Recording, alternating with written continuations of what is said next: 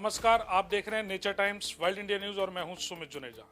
बात रणथंभौर की हो, रणथंभौर में बाघ संरक्षण से लेकर मछली की ऐतिहासिक मगरमच्छ के साथ लड़ाई या आर्ट की हो, तो first son of Ranthambore Shri Murlidhar Parashar की बात ना हो, ऐसा हो ही नहीं सकता। इसी कड़ी में हमारी nature times world India news की टीम रणथंभौर पहुंची है और अभी हम बात करेंगे श्री मुरलीधर पाराशर जी से।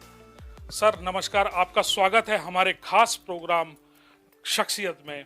और खासकर बात का अगर हम रणथंभौर की करते हैं और जो मदर क्वीन जो है जिसको मछली कहा जाता था, उसके बारे में अगर हम बात करेंगे तो वो उस वाकया के बारे में बताएं। वो क्या घटना थी जो 2003 में जो हुई थी, जो बहुत ही फेमस हुई, उसके बारे में आप दर्शकों को हमारे चैनल के जरिए। पहले तो धन्यवाद आपके चैनल को कि आपने मेरे से आकर के बात पूछी है। एक्चुअली 2002 में एक बहुत बड़ी घटना हुई थी। ये तो 2003 की घटना है। वो घटना ये थी कि हमारे यहाँ पर पूरे राजस्थान में बारिश नहीं हुई थी। तो बारिश नहीं होने के कारण क्या हुआ था कि पूरा जो पानी 2001 में जो बारिश हुई, उसका जो पानी था वो 2002 तक तो चल गया। 2002 की गर्मियाँ निकल गई थी आराम से, लेकिन 2002 में जो बारिश होनी थी वो 2003 तक चलनी थी। तो 2002 में नहीं होने के कारण अगर आप देखेंगे तो 2003 का जो समय आया, हमारे यहाँ पर एकदम ड्राउट पीरियड था। मैं अपनी ज़िंदगी में रणथंभौर में ऐसा सूखा कभी भी नहीं देखा। इवन आप ये देखिए कि हमारे यहाँ जो रणथंभौर की जो शान है, 3 जो बड़ी बड़ी झीलें हैं, जिसमें सबसे पहले पदम तालाब, राजबाग तालाब और मलिक तालाब जैसी झीलों के अंदर भी जो हालत हुई थी, अगर आपको मैं थोड़ा सा यहाँ इधर दिखाऊँ तो आप देखिए, ये जो आप दृश्य देख रहे हैं यहाँ पर, ये पदम तालाब का ये दृश्य है। इसमें अगर आप देखेंगे तो यहाँ पर पूरा पानी भरा हुआ है। कितनी सारी इसके अंदर जो हरी हरी घास और पत्ते वगैरह सब देखेंगे। तो सर 2003 में जब क्या हुआ था कि यहाँ पर जब ये सूखा पड़ा था, तो इसी तालाब का इसी जगह से, सेम जगह से जब मैंने फोटो लिया तो देखिए आप, एक बूंद पानी उसमें नहीं था। तो ये एक सबसे बड़ी घटना तो पहले तो ये हुई थी। इसकी वजह से जो कारण बना उस घटना का वो आगे आएगा। अब ये पहली लेक है जिसको पदम तालाब बोलते हैं। अब आप देखेंगे तो ये दूसरी लेक आ गई है, ये राजबाग तालाब। राजबाग तालाब में भी एक बूंद पानी नहीं था। अब हुआ ऐसा कि 2003 की बात है, 27 जून शाम को की पारी के अंदर हम जंगल में थे। हमने देखा कि मछली टाइग्रेस का वो इलाका था, वो अपने 2 बच्चों के साथ में वहाँ पर रहती थी। उसने अपने दोनों बच्चों को तो नाल घाटी के अंदर छुपाया हुआ था, यानी कि छाया के अंदर उनको रेस्ट करने के लिए छोड़ा, और वो अकेली आई। और जैसे ही वो राजबाग में यहाँ पर आई, यहाँ पर उसको सांबर, क्योंकि वहाँ तो कोई हाइड करने का कुछ था नहीं, तो जैसे सांबर चल रहा था तो एक सांबर का किल किया। किल करने के बाद में माँ जब बच्चों के साथ में होती है तो ये नेचुरली है कि पहले वो बच्चों को खाना खिलाती है, उसके बाद में स्वयं खाती है। तो जैसे ही उसको किल को छोड़ करके और बच्चों को बुलाने के लिए गई। इसमें एक और बात मैं बताना चाहता हूँ कि हमने जो हमारा जो अनुभव है, या जो जितने भी विशेषज्ञ हैं वो भी बताएंगे कि टाइगर जब भी शिकार को अगर छोड़ करके जा रहा है तो या तो पत्तों से उसको ढकेगा या घास से ढक देगा, या उसको घसीट के कोई ऐसी सुरक्षित झाड़ी के अंदर उसमें डालेगा, ताकि वो जब तक वापस लौटे उसका शिकार उसको जो है सुरक्षित मिले। तो हुआ ये था कि ना तो वहाँ पर घास था, न पत्ते थे, न झाड़ियाँ थी। तो आफ्टर ऑल हुआ ये कि उसको बिल्कुल खुले में छोड़ करके जाना पड़ा। तो जैसे ही यहाँ से निकल करके नाल घाटी जा करके आने में उसको पूरे 7 मिनट लगे। सर 7 मिनट का जो अंतराल था, उस अंतराल के अंदर हुआ क्या था कि सूखे की वजह से, क्योंकि छोटे जानवर तो सारे खत्म हो गए थे। छोटे मीन्स यानी कि टर्टल, मछलियाँ वगैरह, क्रोकोडाइल भी काफ़ी मरे थे। केवल जो बड़े साइज के क्रोकोडाइल थे, जिसमें 16 से 18 फीट की साइज का के लगभग जो है वो जिंदा थे। और वो जिंदा कैसे थे कि ये जो राजबाग का जो पैलेस है, इसमें क्या है, ये छतरियाँ वगैरह बनी हुई है, तो नीचे बेसमेंट भी है इसके अंदर। उस बेसमेंट में थोड़ी सी नमी और थोड़ा गीला वहाँ पर उनको मिल गया था। तो वो लोग बिना पानी के जिंदा थे, पर भूखे थे, खाने को कुछ था नहीं। तो बस यही उनसे सबसे बड़ी गलती ये हुई कि जैसे ही वो टाइग्रेस किल को छोड़ करके बच्चों को बुलाने गई, वो 2-3 क्रोकोडाइल निकले। 2 क्रोकोडाइल थे, वो बाहर आए और उस सांबर के किल को घसीट के वो बेसमेंट में ले जाने की तैयारी में थे। उनका इरादा शायद ये रहा होगा कि हम इसको ले जाएंगे तो 2-4 दिन बाद थोड़ा सा नरम या ये सड़गल जाएगा, तो कुछ भोजन उनको मिल जाएगा। लेकिन हुआ ये था कि वो जैसे ही वो उसको घसीट रहे थे, सडनली टाइग्रेस बच्चों को लेकर के आई। उसने देखा कि मैंने जहाँ पर अपना किल छोड़ा था वहाँ पर किल नहीं, कहाँ गया। तो उसने देखा सामने तो 2 क्रोकोडाइल उसको ऐसे ड्रैग करके ले जा रहे थे। तो उसने तुरंत अपने बच्चों को तो छोड़ा, उसने अपना जो दौड़ लगाई। दौड़ लगाने से जब क्रोकोडाइल का ध्यान गया, क्यों छोड़ दिया। वो यानी कि सांबर डियर का जो किल था वो छोड़ा और वो सीधे भाग करके और उसमें बेसमेंट में चले गए। तो टाइग्रेस उस टाइम तो कुछ नहीं कर पाई। तो ये हमने देखा वहाँ पर, हमने सोचा कुछ होगा पर कुछ हुआ नहीं। तो लेकिन हमारा समय हो रहा था, शाम के 7 साढ़े 7 बजने वाले थे।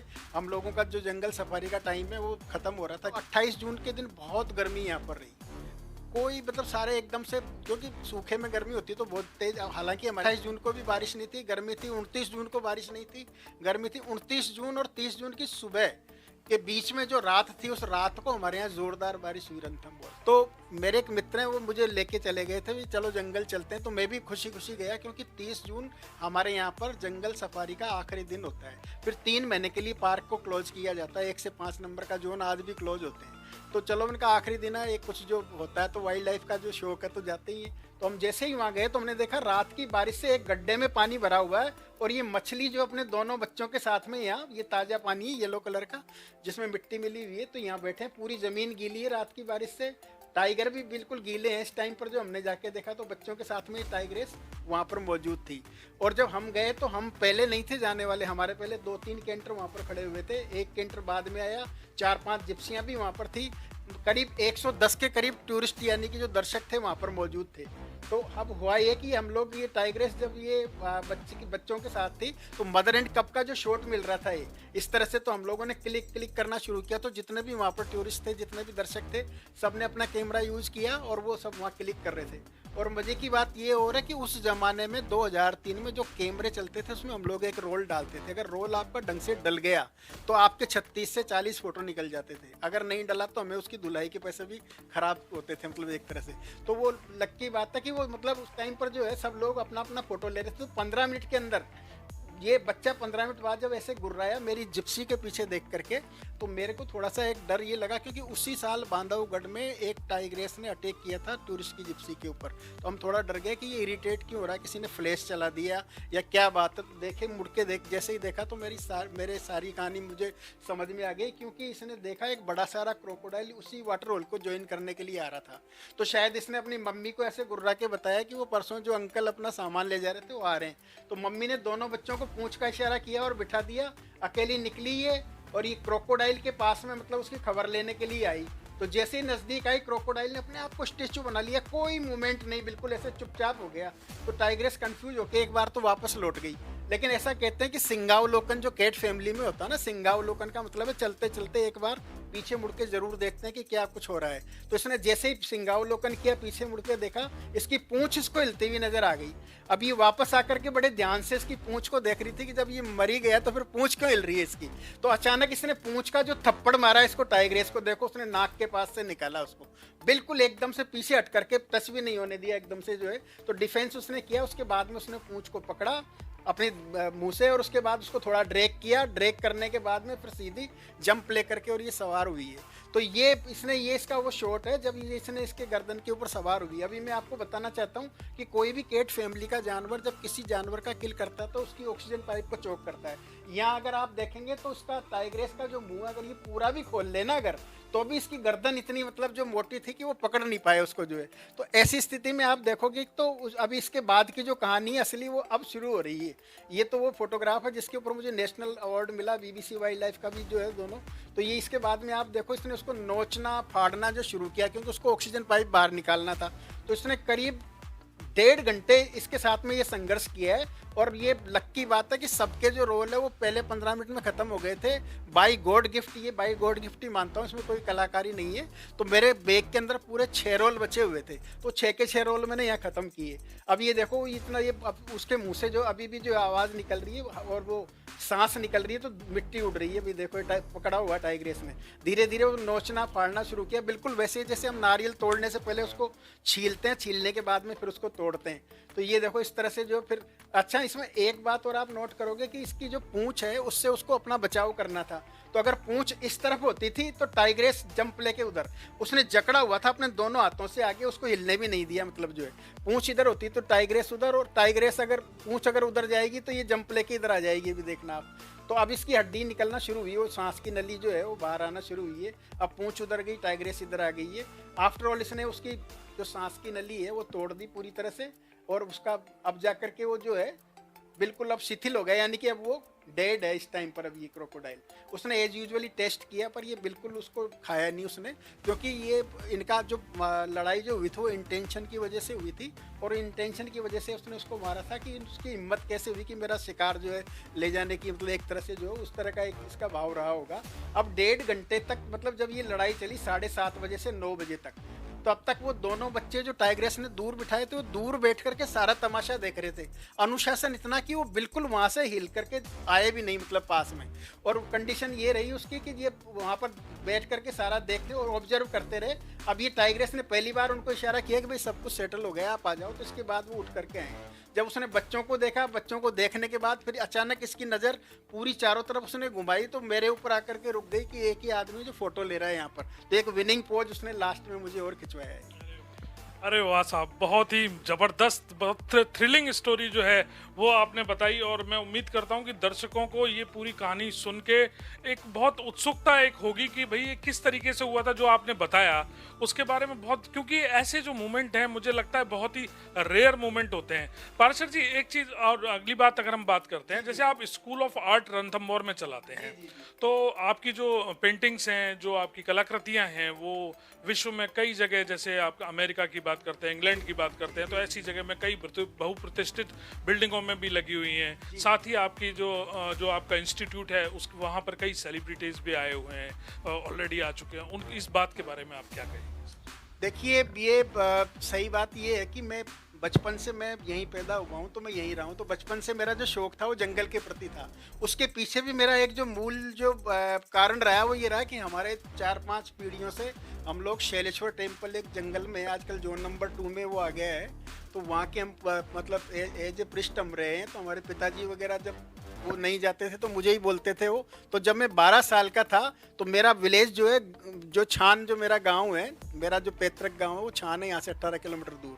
तो वहाँ से मैं अकेला ही पैदल जंगल में आया करता था। तो तब से मुझे ये जंगल का इतना शौक लगा, बहुत ज़्यादा, जो है इसलिए लगा कि वो मुझे जंगल शुरू से अच्छा लगने लगा। तो उन्होंने कई सारी चीज़ें मुझे बताई भी थी कि कभी आप जब जंगल जा रहे हो, सामने अगर आप कोई अलार्मिंग कॉल सुनो, वो भी उन्होंने बताया कैसे होती है। जब आप कहीं आपके सामने अगर जानवर आ भी जाए तो आपको क्या करना है, तो आपको बचने के लिए क्या करना। तो उन्होंने यही बताया कि आप उसका रास्ता कभी मत रोको, आप साइड में खड़े हो जाओ, हल्ला मत करो, चिल्लाओ मत, पत्थरबाजी या कुछ करने की जरूरत नहीं है, नहीं तो गड़बड़ हो जाएगी।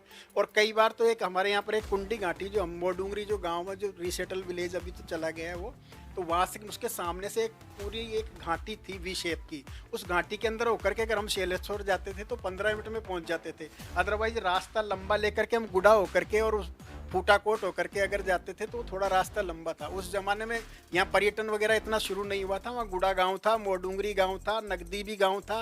जब मैं जाया करता था तो बीच में लोगों की बस्ती भी थी। ये किसनी का दे, जहाँ आजकल हम लोग टाइगर देखते हैं, वो किसनी वहाँ उसी नगदी गाँव की थी, क्योंकि वो वहाँ पर नहाने आई थी तो डूब गई थी, तब से उसके नाम पर किसनी का दे वो हो गया।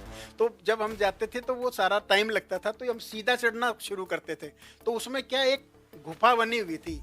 कुंडी घाटी मीन्स वहाँ कभी राजा महाराजाओं के ज़माने में एक मचान बनाया हुआ था। शायद 1961 में जब महारानी एलिजाबेथ यहाँ पर आई थी गायत्री देवी के साथ में, उन्होंने यहाँ झूमर बावड़ी पर या वहाँ पर ऐसे कई मचान थे, तब वो मचान वहाँ पर मौजूद था। तो वहाँ एक कुंडी यानी कि एक झरना पानी का टपक टपक करके चलता था। तो वहाँ पर एक पक्का एक आज भी बना हुआ है वो। तो वहाँ पानी रहने की वजह से उस गुफा में टाइगर ज़्यादातर वहाँ मिलता था। तो उस टाइगर को वहाँ मिलने की वजह से वो हमें, हमारे पिताजी ने पहले ही बोला था कि जैसे गुफा यहाँ इस तरफ है तो आपको उस गुफा के करीब 25 फीट दूर पर एक कोई पत्थर से पत्थर के ऊपर वार करना है, यानी कि आवाज़ निकालनी है मतलब। तो अगर वो गुफा में होगा तो आवाज़ सुन करके या तो बाहर आएगा या ऊपर निकल जाएगा या जो भी है, या गुर्राएगा।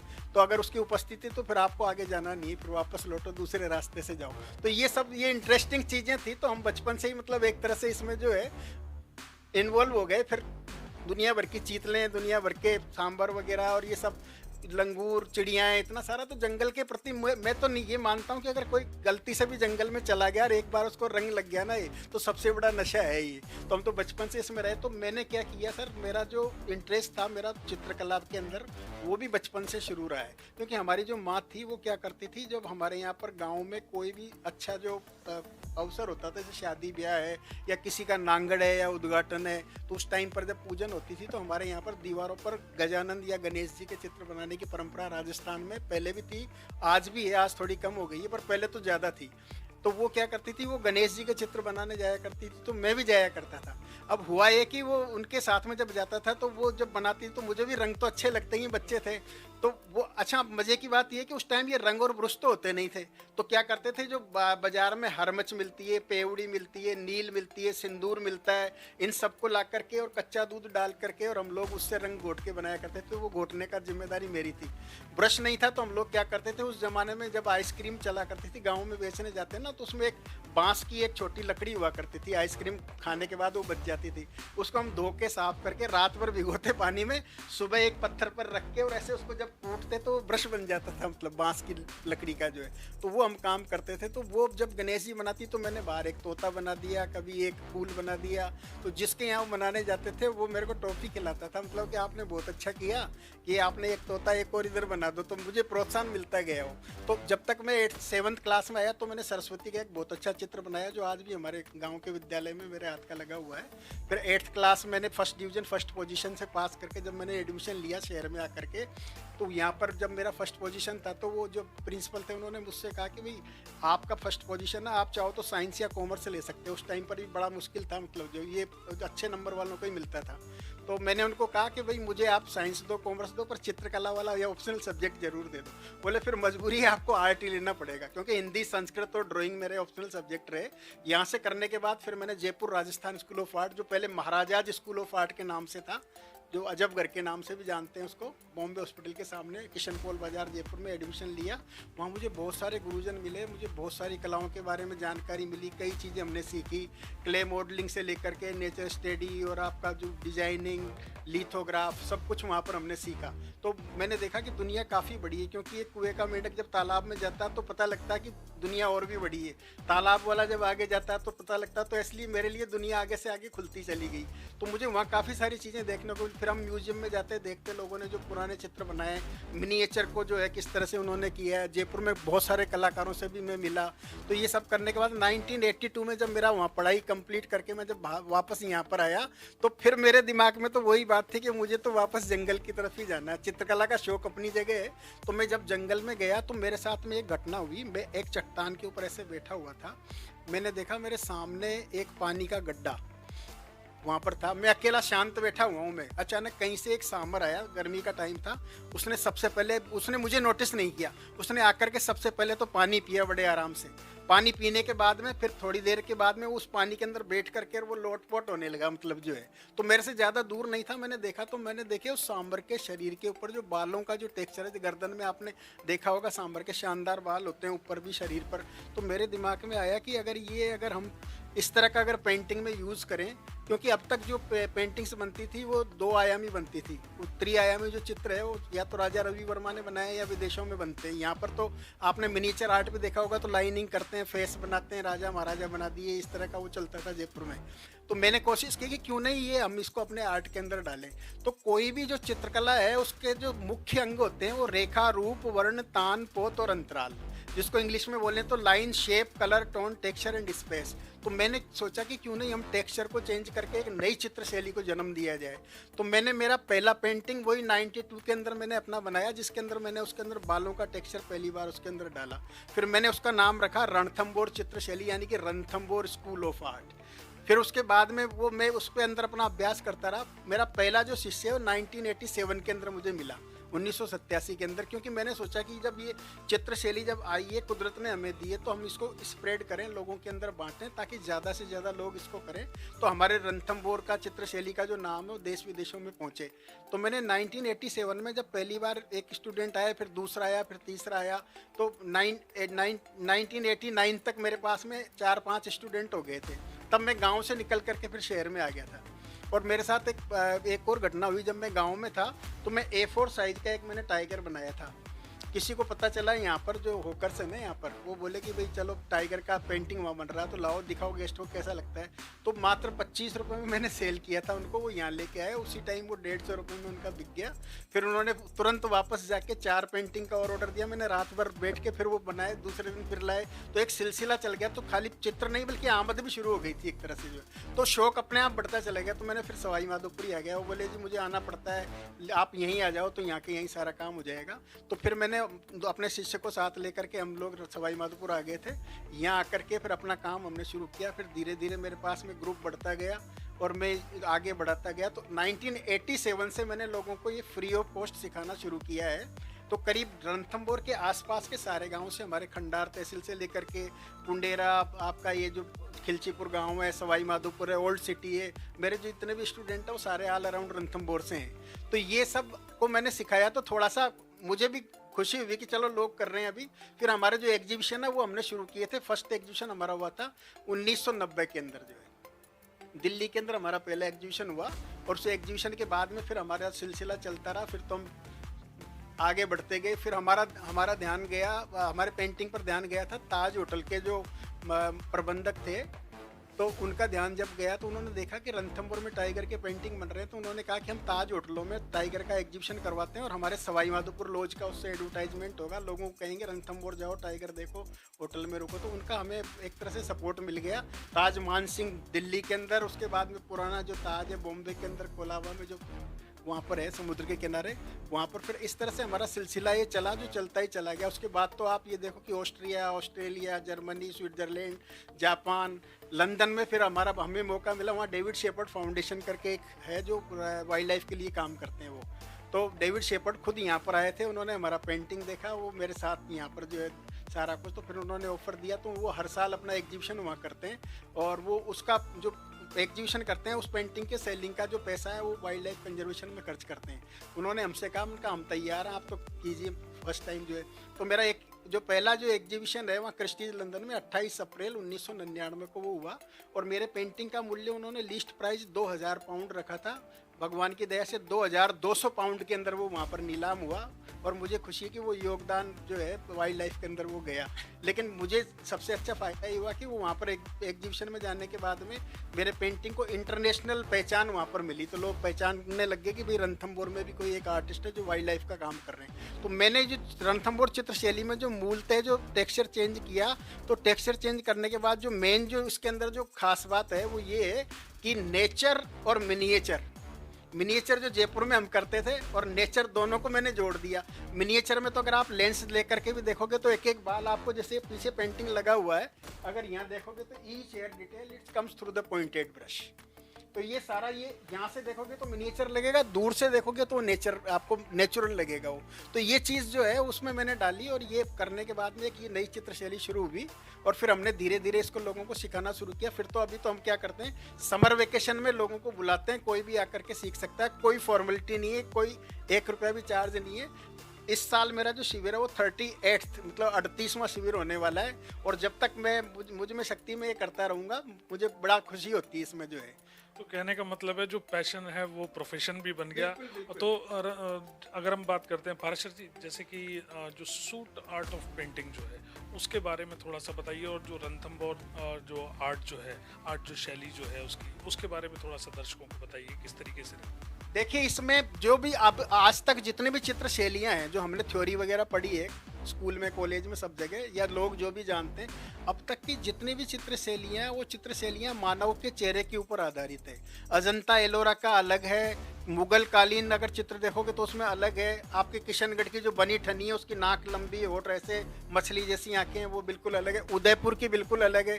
अपने कोटा की चित्र शैली उसमें शिकार वगैरह के चित्र आपको मिलेंगे। तो जितनी भी चित्र शैलियाँ वो मानव के ऊपर आधारित रही है। फर्स्ट टाइम मैंने कोशिश की है कि इसमें जो नायक और नायिका जो मानवों को नहीं लेकर के जंगली जानवरों को लिया जाए। तो पहली बार वो लिया और केवल पोत को चेंज करके हमने ये पूरा सारा जो है ये एक तरह से नया एक ये शुरुआत कर दी और आज हमारी जो पेंटिंग है पूरी दुनिया में पहचानी जाती है। हमारे ये जो बालों का जो टेक्सचर है जो आप देखोगे उसके अंदर, उसकी वजह से जो रणथंभौर चित्रशैली का ये वहाँ पर लोगों की पहचान में आता है। तो रणथंभौर शैली जो है वो इसे कह सकते हैं। जी जी, ये रणथंभौर चित्रशैली की पहचान ही यही है कि आपको उनके जानवरों की, पहले तो जानवरों पर आधारित आपको वाइल्ड लाइफ के चित्र मिलेंगे इसमें केवल मात्र, और उन चित्रों में आपको रणथंभौर चित्र स्पेशली में खास तौर से जो टेक्सचर है, क्योंकि जितना भी मेरा जब फर्स्ट एग्जीबिशन हुआ था वहाँ पर क्रिस्टीज में, तो पूरी दुनिया भर के आर्टिस्ट वहाँ थे। अमेरिका के भी थे, इंग्लैंड के भी थे, जापान से भी थे, सब जगह के आर्टिस्टों की पेंटिंग थे। पर किसी के भी पेंटिंग में ये जो टेक्सचर है वो, क्योंकि जो ऑयल पेंट से जो पेंटिंग बनाते हैं उसमें स्ट्रोक्स आपको नजर आएंगे, पास में जाओगे तो दूर से वो नेचुरल लगती है, बहुत सुंदर। पर हमारी पेंटिंग को आप दूर से देखो या पास से देखो, दोनों देखो तो आपको नेचर और नेचर दोनों का मैच मिलेगा। अंत में चैनल के माध्यम से दर्शकों को वाइल्ड लाइफ, वन्य एवं वन्य जीव संरक्षण के बारे में क्या संदेश देना चाहिए? देखिए, मेरा तो उद्देश्य हमेशा से यही रहा है कि मैं अपनी कला के माध्यम से वन्य जीव संरक्षण का कार्य कर सकूं, इसीलिए मैं लोगों को सिखा रहा हूं। आज देखिए, इसमें एक डायरेक्ट और इनडायरेक्ट वे में जो अच्छा एक काम हुआ है कि इतने सारे लोग आज यहाँ पर करीब 200 के लगभग आर्टिस्ट रणथंभौर में काम कर रहे हैं, जिनका काम आप रणथंभौर रोड पर किसी भी शोरूम पर या कहीं भी देख सकते हो। तो उनकी पेंटिंग बिकने लगी है, 2 पैसे की आमदनी होने लगी है। आज वो कंजर्वेशन के लिए, यानी कि जंगल को बचाने के लिए काम करने लगे हैं। तो आने वाले समय में मैं युवाओं को या बाकी लोगों को भी यही संदेश दे रहा हूं कि कहीं ना कहीं आप जंगल से जुड़िए, जंगल की गतिविधियों से जुड़िए और आप इस तरह के कामों में अपना योगदान करें। कोई अगर आर्ट के अंदर रुचि रखता है तो दे आर मोस्ट वेलकम। मेरे यहाँ पर हमेशा दरवाजे खुले, कोई भी आ सकता है। और इस तरह से अगर आप जंगल को बचाएंगे, जंगल बचेगा।